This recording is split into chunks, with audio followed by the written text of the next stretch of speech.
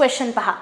भारताच्या उत्तरेकडील मैदानी प्रदेशांच्या निर्मितीमध्ये योगदान देणाऱ्या नद्यांचा योग्य गट ओळखा. मग उत्तरेकडे कुठल्या नद्या आहेत त्याचा गट ओळखायचा आहे आणि मग उत्तर द्यायचं आहे. पहिलं गंगा यमुना गोदावरी, दुसरं यमुना गंगा महानदी, तिसरं सिंधू गंगा आणि ब्रह्मपुत्रा आणि चौथं ब्रह्मपुत्रा महानदी आणि गोदावरी. जे नदन प्लेन्स मैदानी प्रदेश आहे उत्तरेकडील त्याची जी निर्मिती झालेली आहे 3 महत्त्वाच्या नद्यांमुळे झाली आहे.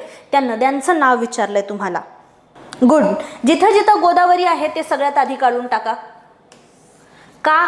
गोदावरी दक्षिण भागामध्ये येते. तुम्हाला उत्तर भागामधील मैदानी प्रदेश विचारलाय, राईट. गोदावरी आलंय, कॅन्सल करून टाका.